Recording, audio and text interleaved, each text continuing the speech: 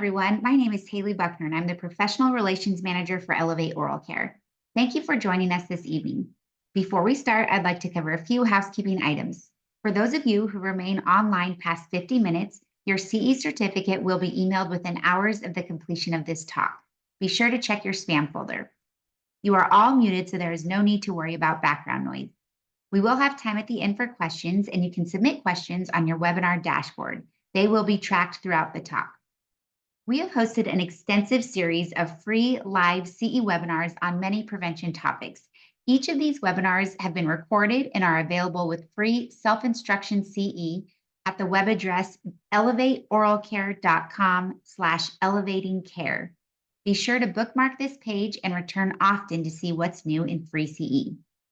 If you have a topic you would like to see covered, feel free to suggest it by sending an email to info@elevateoralcare.com or by completing the webinar survey that will be sent after the completion of the talk this evening. We enjoy looking through your suggestions and creating webinars based on your requests. Tonight, we are honored to be joined by Dr. Meena Gorbani. Dr. Gorbani is a frontier leader and dental artificial intelligence expert who works at Overjet, one of the top 5 software companies reported by Dental Products Report. As serving senior clinical manager for Overjet, she helps shape the industry standards for what we can expect of artificial intelligence today and where we can expect it to go in the future. With a background in technology, healthcare, and world-class service, Dr. Gorbani's passion align with the mission that technology will bring to dentistry. She is energized by the growing technologies that will not only improve patient dental care, but overall healthcare as well. Dr. Gorbani is a graduate of the University of Florida College of Dentistry and was the recipient of the Oral Maxillofacial Radiology Award. Also, she currently serves as a wellness ambassador for the ADA. Dr. Gorbani, I'm going to turn it over to you. Thank you, everyone, for joining tonight's webinar. We'll be talking about applying artificial intelligence and caries conservative treatment options for optimal care. As a disclosure, my name is Dr. Meena Gorbani, and I am a full-time employee of Overjet, which is an artificial intelligence platform and company built for dentistry. So we'll do a quick introduction and we'll get started. My name is Dr. Meena Gorbani. I'm Senior Clinical Manager at Overjet, and I work on 3 main segments of creating artificial intelligence products for the world of dentistry. So whether that be bringing it into private practice, so translating the science and the technology into private practice and daily workflows, and then going into how it's applied in academic settings and all of the research that can be done, as well as working with the machine learning scientists to create models. I'm a graduate of the University of Florida College of Dentistry, and I've actually had 5 years of experience working at Apple prior to even going to dental school. And as a fun fact, I've worked with Martha Stewart and I've cooked with her in the kitchen. So that's kind of amazing. And if you like cooking, or if you want to find out more about any of the details here, please feel free to reach out to me at Meena@overjet.ai. So let's quickly go over some learning objectives and get right into all of the amazing content we have for you today. The main goal of today would start with examining how artificial intelligence and augmented intelligence can support a more accurate identification and treatment of carious lesions, then identifying the importance of accurate detection and diagnosis of caries, and then reviewing the evidence-based caries guidelines for non-restorative treatments. So all of the preventive treatments that can help restore and maintain enamel and those early initial enamel lesions. So first, let's go ahead and get started and talk about artificial and augmented intelligence. What are we talking about here? And you might have heard about ChatGPT and face recognition and AI from all of the movies you've seen, or things you've heard on the news, or just content out and about when you're interacting with anyone. But the interesting thing is, when you're talking about artificial intelligence as it relates to dentistry, it's actually been used for quite a while, even though the more recent years we've seen a huge uptick in the amount of the conversation of artificial intelligence. AI has been in dentistry for quite some time, and most notably would be all of the CAD/CAM dentistry digital workflows, so anything related to scanners, computer-generated crowns, or at this point, cloud, like the same platform is created in the cloud, depending on what platform you're using. The milling software, CBCT segmentation of airway, orthodontic liner treatment workflow has a lot of AI built into it. The smile design applications, voice supported periodontal charting, and practice management and scheduling tools that are slowly coming into the market. But we've actually had AI in dentistry for quite some time. Like I said, since we've had those scanners and any of the scanner technologies as well. If you're using a scanner, it has to have AI, especially to remove all of the saliva and the tongue and identifying the errors. So if you're thinking about AI, it's already been around for some while. But what we're talking a little bit about today is caries detection. And the first step in caries detection typically involves utilizing a radiograph to review it, and so that we know about artificial intelligence in the realm of 2D radiography. They identify that it's not new, but it's new to 2D radiography because computer vision has been unleashed in this fourth industrial revolution and the improvement in these graphics cards so that we can create amazing models. Overjet is just one company that does it. Here's a list of all of the other companies that kind of do similar things.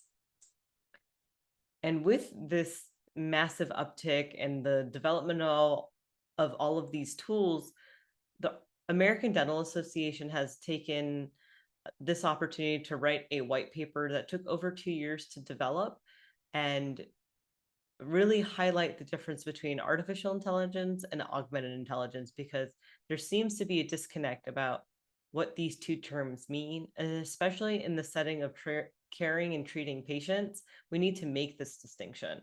So artificial intelligence is not a replacement for professionals at all. Rather, it's a tool to enhance the skills and the abilities of the clinician. Augmented intelligence is a subsection of artificial intelligence, machine learning, developed to enhance human intelligence rather than operate independently or outright replace it. And what this has to do with is the fact that artificial intelligence is just a tool, just like a burr, a handpiece, an apex locator, the radiograph itself. All of these are just tools. The AI is not replacing the dentist. The dentist needs to know how to utilize the tool. What are its indications for use? What are its limitations? When is it going to perform accurately? When is it not going to do so well? And then thusly, when trying to make a diagnosis, it's up to the dentist, licensed practitioner, to make that final decision as they take in all of the different pieces it takes from clinical exam and all of the test results and the examination to make that diagnosis. So, and then we'll start talking a little bit about the other information that's really, really pertinent when we're talking about why does AI really even come into the play of dentistry, and what are the ways that it's going to start impacting and changing the way we do dentistry. So if we're looking at the opportunities for quality improvement and standardization, Oral Health in America back in the year 2000, the Surgeon General really outlined the silent epidemic and the burden that caries, the disease, restricts activities in school, work, home, and often significantly diminishes the quality of life. If you have caries early on in life, the need for further care later on in life, missed appointments, time missed from school, from work, loss of income, cost of care, all of these are significantly impacting the quality of life of that child all the way into adulthood. And how do we better manage this and improve the ultimate outcomes of treatment and the time the patient is spending even at their initial visit? So when 2021 rolled around and we had the update to Oral Health in America, the advances and the challenges, they added this entire section called section 6, emerging science and promising technologies to transform oral health. The advent and improvement of information and data science facilitates the accuracy and diagnosis and effective treatment planning. This will ultimately improve evidence-based care.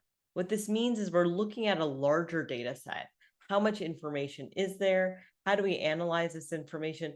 So reducing the bias and really getting to quality improvement and standardization. So when we're talking about these topics, where can we see these different topics play out within the realm of dentistry and how it's ultimately going to lead to quality improvement and standardization? So we want to start with trust and how better outcomes, patients that feel like they can trust their dentist will elect to have treatment done.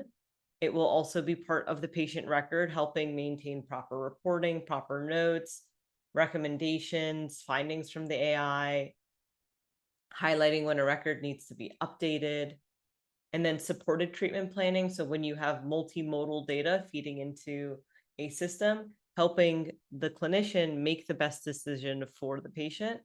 Point of care adjudication now brings the payer into this conversation of providing care for a patient, because if a patient does have insurance and the clinician is going to provide care that's deemed medically necessary, not having to do a pre-authorization, wait 8 weeks to find out all of the information needed before the patient can receive care. Let's remove that amount of time that it takes. The equity and inclusion, because humans are naturally biased towards our own experiences. And if you can build an AI that's seen so many instances of so many different aspects of dentistry, whether that be the actual radiograph or the number of patients it's seen, we're going to start removing the human bias and really looking at standardization and quality of outcomes, right? So we can thusly then be more inclusive in the way that we create treatment planning and build health equity. Diagnostic excellence goes back into that supported treatment planning conversation, because first you need to be able to detect disease, so that way it can be thusly diagnosed, leading to that diagnostic excellence with the more standardization that comes to diagnosing any of the pathologies. Then precision health, like supported treatment planning, is making sure that all of the needs of the patient are met. And we'll get a little bit further into this in a later slide. E-communications is about the updates that you'll see to practice management systems and electronic health records and the chat bots, and the way that we'll be able to connect with the patient. The patient can connect with these AIs that make the care experience more whole. Administrative staff will also be enabled with the improvements of AI, because maybe they'll have support with their claims, their operations, scheduling, you name it. There's going to be a lot of enablement because of this, and empowerment because of AI, shortening the amount of time it takes certain repetitive tasks like reports. These will be auto-generated. And then education, whether we're talking about students, whether we're talking about peers, whether we're talking about patients, education will be a little bit more accessible, in the sense that if you have the tool, you'll be able to learn and see and understand way more. So as we're continuing on this standardization and precision and quality improvement conversation, what we're seeing here is a reel of what happens when you ask 75 US licensed dentists to identify primary caries and secondary caries of locations that would ultimately, in their eyes, deem needing treatment.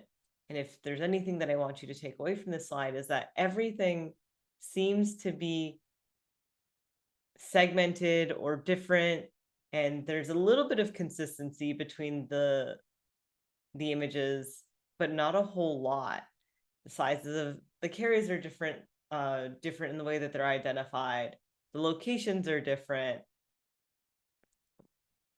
And it's hard to tell lesion activity and whether or not something needs to be treated merely off of the radiograph. So as we continue here, what are we really looking at? So when you're talking about artificial intelligence and how it's going to be used in the care of a dental patient, you would hope that the models on the radiographs are actually trained by dentists. And dentists, as we all know, are very, very meticulous. We think about tenths of millimeters, right? So we would hope that that level of attention to detail is also going into the way models are built. So you would want those images to be identified and annotated as such. But if you think about the standard data that comes in from a clinic, it's unstructured. The molar bite wing radiograph, in our eyes, is a standard templated image. However, that image doesn't look exactly the same every single time. Like you would say, some of the more consistent products that we see out in our daily life, right? A piece of lettuce looks like a piece of lettuce repeatedly, but there's always a slight bit of variation, and but a banana always looks exactly the same, right? They're genetically identical. So this unstructured clinical data, be it the bite wing radiograph, or I'd love to think that everyone writes the most beautiful notes exactly the same. Like we've all been taught to write notes exactly, with no variation. However, that's not this world. Some people write shorthand, some people write longhand. Some people are very explicit. Some people try to keep the note as short as possible.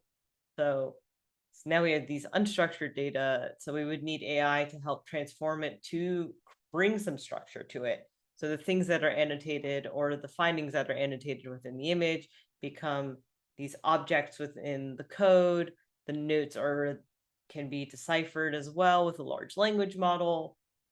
If there's other structured data that's been input into the chart, whether that be demographics, dental and medical history, claims history, treatment plans, you name the data, it can be brought in, ingested, as long as it's structured. If it's not structured, we can bring structure to it to thusly then talk about all of the different aspects that this can give an outcome to, right? So whether that be detection and quantification, and the tracking of disease progression, which we ultimately know is a huge indicator for the activity of a carious lesion and thus subsequent treatment of it, determining treatment outcomes and treatment plans, automating repetitive administrative processes, and enabling transformative care models, leading towards more prevention and less intervention, hopefully.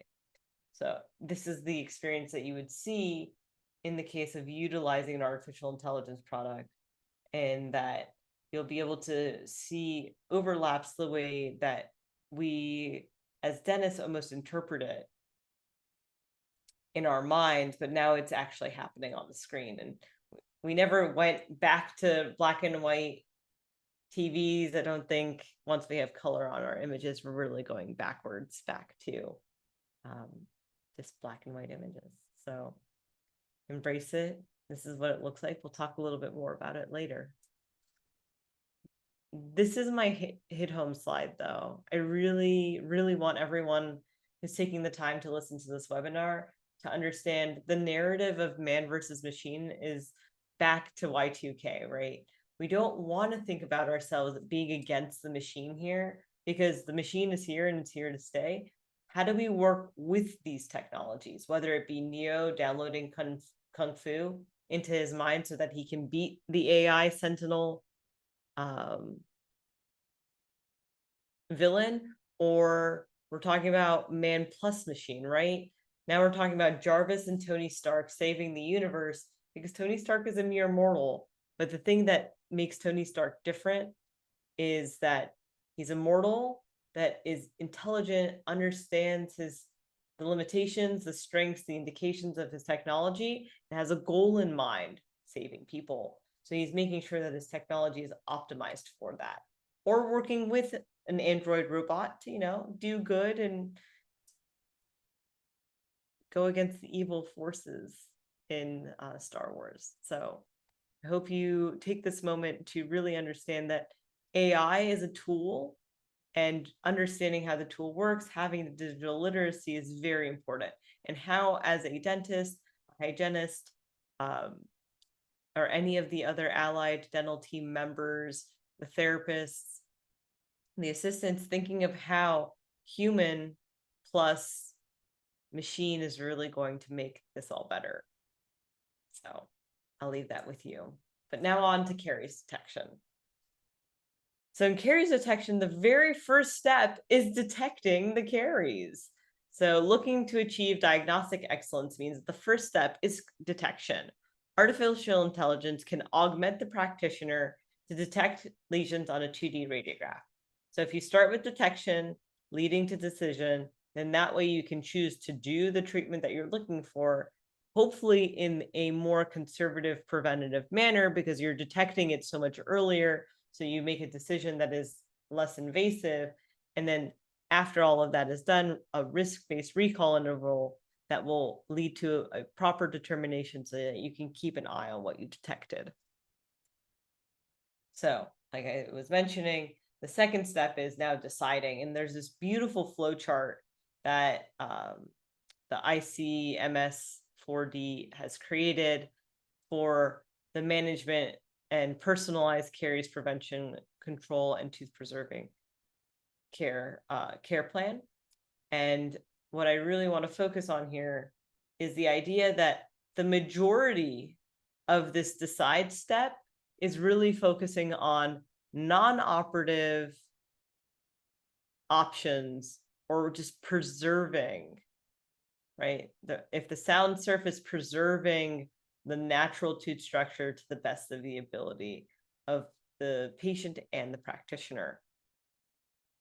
So if you're able to detect early and intervene early, there's a lot of prevention and non-operative treatment options that are there at your disposal to help take care of these patients. So another version of this that you might be familiar with is the American Dental Association Caries classification system, where we're looking at the different levels of the classification. So whether it be sound and the surface has no change or is adequately restored, it looks devoid of any early indicators of disease, whereas the initial is the beginnings of changes to the enamel. You might be looking at an E1, E2, or D1 lesion. There could be some visual changes to the tooth. You might see white spot lesions, changes to the texture, and it's no longer glossy. But the thing that's most important about initial lesions is that they're non-cavitated, and the infected into dentin is unlikely, though possible once you get into the dentin and the D1 lesion, detecting it radiographically. And then in the moderate system, we're noticing that the dentin is demineralized. There could be early cavitation, microcavitation, or shallow cavitation within the groove, the interproximal area, bordering a bracket. And radiographically, you're noticing a D2 lesion. And then if it's an advanced lesion, you're looking at a D3 radiographically, and significant impact to the dentin. It's spread, it's disseminated, it's a late cavitation. It can be very deep. And you would need intervention, operative intervention at that time. So I really want to highlight in the initial area that we're looking at non-cavitated lesions, that you want to detect to prevent these lesions. So you must be vigilant in detecting these so that you can prevent them. And then in the moderate segment, where we're looking at the D2 lesions, the ICDAS 3 and 4 lesions, early cavitations, where you'll need to intervene slightly more. So if we're looking further at the changes towards prevention and minimal intervention as it relates to cariology, we want to highlight that our past was looking at tooth loss because there was inequality and access to care was limited. So we had significant early tooth loss. At present day, we have early mild lesions in young people, and we get retreatment because there's access to care. But there's still an inequality that exists due to social strata. In the future, though, access to care should be uh, readily available. However, what we'll notice is that age-based changes to care will happen. That's what's going to create the inequality. You'll notice root caries as related to xerostomia, as related to its, um, depending on if it's medication etiology based or just changes to diet, increased periodontitis due to the remodeling of the bone. So those are the things that are going to be impacting. And we go from the etiopathogenesis being infectious disease, so being inoculated with the bacteria that could be causing the caries, to the ecobiological imbalance of the dysbiosis of this mineralization, demineralization, and having an overly acidic diet or a glucose heavy diet, one with lots of carbohydrates and sugars that are swinging the pendulum more towards demineralization of the sound tooth structure and thusly leading to cavitation in that area. But once we get into the future, it'll be more omics based because we'll start navigating out of imbalancing and depleting and compromising the tooth structure and leaving it to the genetics and individual health and disease profiling. And then as we lead into this next segment about diagnostic tools, previously we would have just the visual tactile inspection, probing. And then once we added imaging to this layering, we can now use 2D and 3D imaging, illumination, laser assisted detection. So these are all tools to help the diagnosis and lead to that diagnostic excellence. And then lastly, and then in the future, as these technologies advance, AI-based detection is really, really going to be the forefront to intervene with minimal intervention. So really focusing on how to be minimally invasive, leading towards prevention, because AI is going to be able to help with that. And then that leads us very nicely into the treatment strategies, being forceps and burrs to remove teeth and tooth structure and replacing it. Whereas now at present, we have these incredible therapies. So fluoride, adhesive dentistry, minimally invasive operative approaches. This is where we're at today. And then we'll get into the biomimetic remineralization, biofilm modulation, tissue engineering. Who knows, we might be growing teeth again. And the future is very bright in these really, really advanced treatment options. And the approach previously was removing diseased tissue. At present, we're really trying to manage the biofilm and help with remineralization. And then we'll eventually, hopefully, get to regeneration of these tissues and getting to that personalized, precision, individualized care. So let's continue further as why artificial intelligence is so important for caries detection and the value of the data and the information here. So this is a graph taken from this research article looking at the cost effectiveness and the acceptability of the base case. So in this one, we're looking at cost effectiveness plain, the cost and the effectiveness of artificial intelligence versus no artificial intelligence are plotted for 1,000 individuals in each group.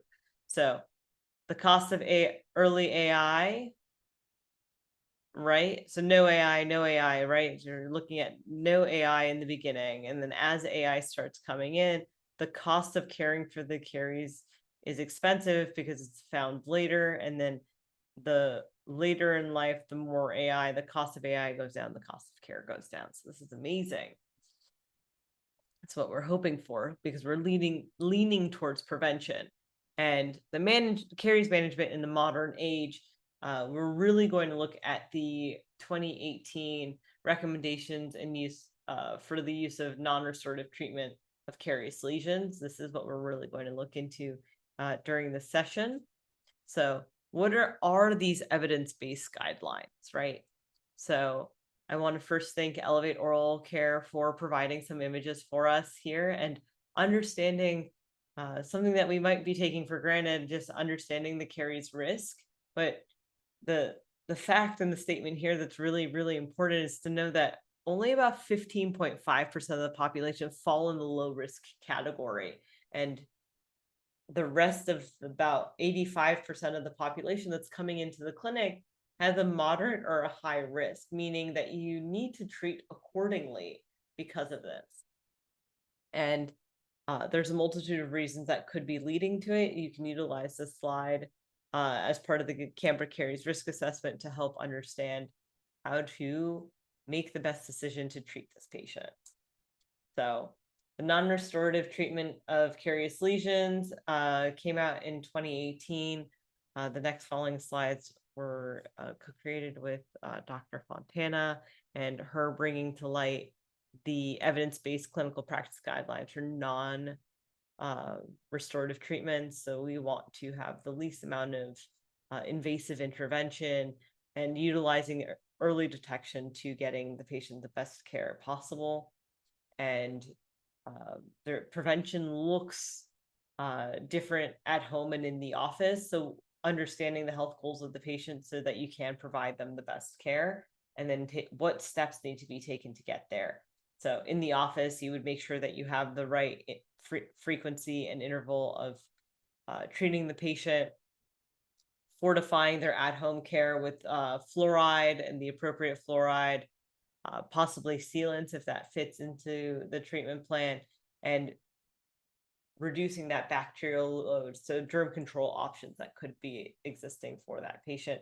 And then when you're at home, once again, optimizing for germ control, improve pellicle removal and biofilm removal at home, getting into every nook and cranny, making sure that the biofilm is disrupted so the bacteria aren't sitting and demineralizing the tooth structure, having prescription strength medicaments for at-home care, so that be your toothpastes, and then improving diet and other behaviors that can reduce the carbohydrate load that would be feeding these bacteria and ultimately creating the acid that's demineralizing the teeth.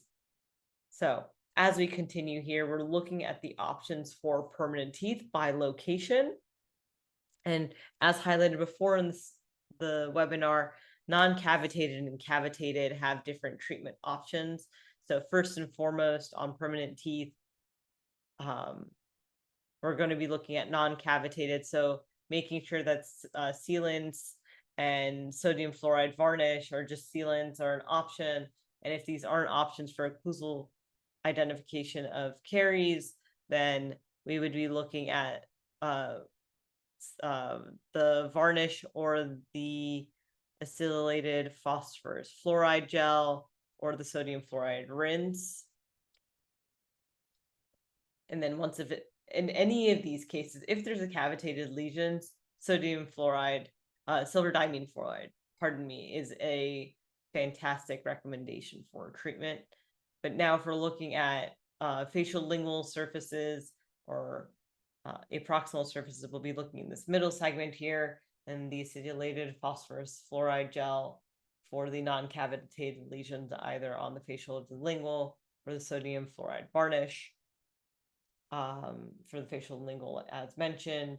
As it continues into the aproximal, we could be looking at varnishes. We can look at resin infiltration, and sodium fluoride varnish, or just sealants again, if you can get into that space.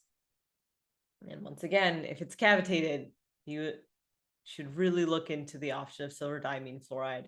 The outcomes are amazing. And then lastly, if these root surfaces are now being cavitated or are non-cavitated, you absolutely really want to look into providing that patient with 5,000 parts per million toothpaste or gel. And if this is not feasible, making sure that you get varnish on there, SDF if necessary, SDF with iodine or alone, chlorhexidine, or the thiamol varnish. And then you want to make sure that these lesions are always reviewed. And I've mentioned it time and time again just on this slide, but silver diamine fluoride for cavitated lesions would be amazing, though it colors the tooth in into a darker pigmentation. The caries arresting qualities is fantastic. And we'll see a little bit more. So caries detection as relates to artificial intelligence and the new guidelines. We're going to continue on here and we'll do a case together. So we have this patient.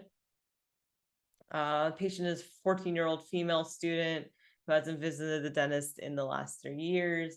They complain of bad breath and bleeding gums, no medical contraindications to dental treatment, no known drug allergies. They're pretty sociable, and they frequent going to coffee shops and enjoying bubble tea. Their oral hygiene habits is that they say that they brush their teeth once a day, but don't floss.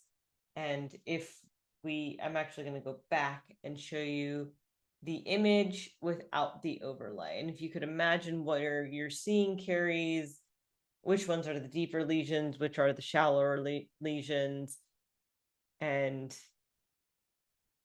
take a quick guess on what kind of caries this patient has, and subsequently, how would you treat this patient? What are you taking into consideration? I would really highly recommend understanding which one of these lesions are cavitated. So if you do have the time to look at separators, really involve the patient in what you're going to recommend as treatment, and the way that you could really enhance that communication and the need for treatment and the rationale. It's using an artificial intelligence tool like this to overlay the predictions, because now not only are your eyes brought to the lesions, but the patient's eyes can also be brought to the lesions. And if it's an enamel lesion, or an initial, I should say, if it's an initial caries restricted and contained within the enamel, in this image, that's what is being highlighted by the orangey yellow color, versus anything that's past the DEJ is red. And this could be used to communicate to the patient. You can ask open-ended questions and ask what they see, really delve deeper into what their care outcomes are, so you can build this treatment plan that involves the patient in a way that hasn't been before. You could stepwise understanding their financial contributions that they're able to make, and spending some time to really understand what the patient wants and how you could identify the best treatment for them. And in the case here, what are your non-restorative treatment guidelines that could be helpful here? And we'll be heading into a Q&A session in a little bit. So if you have any questions, if you have any comments, please feel free to use the chat function, the Q&A function, whichever is turned on at your convenience, so that we can discuss any of these. Now, philosophically, there's a lot more that goes into diagnosing and treatment planning this patient, more than just this AI image. Now, let's take into consideration a future that has you treating some of these lesions, like we had mentioned. If there's cavitation interproximally, you might be able to use SDF as a solution here. And if you are, there was a lovely article in the Journal of the California Dental Association that's looking at the radiographic changes and following the treatment of dental caries with sodium fluoride and pardon me, silver fluoride. And this is one of the images, a set of images from the article. So in 5A, we're looking at a carious lesion that was treated with silver fluoride, and the halo of increased density that is observed in the radiograph of patients who are not part of the retrospective. So there was treatment of 3 times with silver diamine fluoride, and there was approximately a 0.5 decrease in the apparent size of the lesion circumferentially in figure 5B. And then they zoom into the yellow box for 5C. And what we're noticing in 5D is that there was 5 application of 38% silver diamine fluoride to the outer edge of the exposed dentin, and the inner border of the lesion remained radiolucent. So there isn't a full regrowth of the enamel, obviously, but these nuanced changes at this time may or may not be actually identified by the AI tool, right? The AIs are medical devices that are reviewed by the FDA, and knowing whether or not it's indicated for use on specific treatments, and if the model can identify if a tooth has been treated with silver diamine fluoride or other preventive treatments, and how sensitive it is to these type of therapies, or is it just going to be able to identify a restoration? So understanding how these technologies work and are orchestrated to give results is very important. And it does take time to build models. So in the sense that, would AI be able to capture that this tooth has arrested caries due to the intervention of silver diamine fluoride? At this time, I would probably say that it won't be able to capture such a change that's so nuanced, right? Because it would have had to have been trained on that specific data. And as these models are improved upon over time, and we have more data and understanding about what treatments are happening for patients, these models will ultimately improve. But at this time, this very nuanced change, I know would be difficult for a model to capture, because even the humans would have trouble if it wasn't so zoomed in, so well denoted, without additional clinical information or treatment history. These would be difficult to identify. Similarly, on the same lines of this information, so sealants aren't necessarily radiographically visible, so those would be difficult for a radiographic AI tool to identify. But if there's a intraoral photo and there's an AI tool to detect, say, restorative materials in the mouth, maybe that might capture it. Icon similarly, so those resin infiltration treatments might be difficult to identify if they're radiolucent on an image. So the radiolucency might still be present, and that might be difficult to identify with a AI model today, but maybe in the future might be able to detect it as these models advance. Similarly, Curodont looks different radiographically once there's treatment. So that mineralization that does happen changes radiographically. And it being such a new treatment, having the appropriate numbers of clinically verified images to validate that information is limited. Similarly, I was thinking of other radiolucent materials, so whether that be a pulp cap, liners, and restorative materials that are radiolucent. There were some generations that were radiolucent. These are in today's world, in 2024, difficult for AIs to understand, because artificial intelligence models are as good as the human and need lots and lots of instances for them to be effective at identifying what is there and not there. And that's why clinically it's so relevant to have a human in the loop upon the examination to do a final diagnosis, rather than just relying on the findings from the AI. So I think there's lots of amazing things that are happening today, and really excited for the growth of these technologies to really level up and enhance and elevate the abilities of the clinicians to ultimately provide extraordinary, superhuman-like treatment for the patients that really do need it. And with that, I am truly grateful for all of your time, and I hope that this has been informative, and it has excited you to not only look into artificial intelligence, but understanding how artificial intelligence is applicable towards the detection of caries in your daily practice, and how detection is the first step in deciding and making sure that you detect early enough so that you can ultimately lean towards a more preventative treatment plan for the patient, and understanding how to get them to the most optimal outcomes and offering optimized options for them, understanding the indications and limitations for artificial intelligence today. Similarly, these amazing treatments for non-restorative,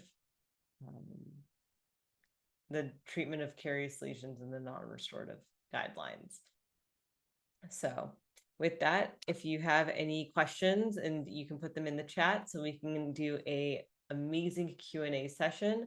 I thank you all so much for taking the time to learning more about these amazing topics, and looking forward to chatting with you. Thank you guys so much.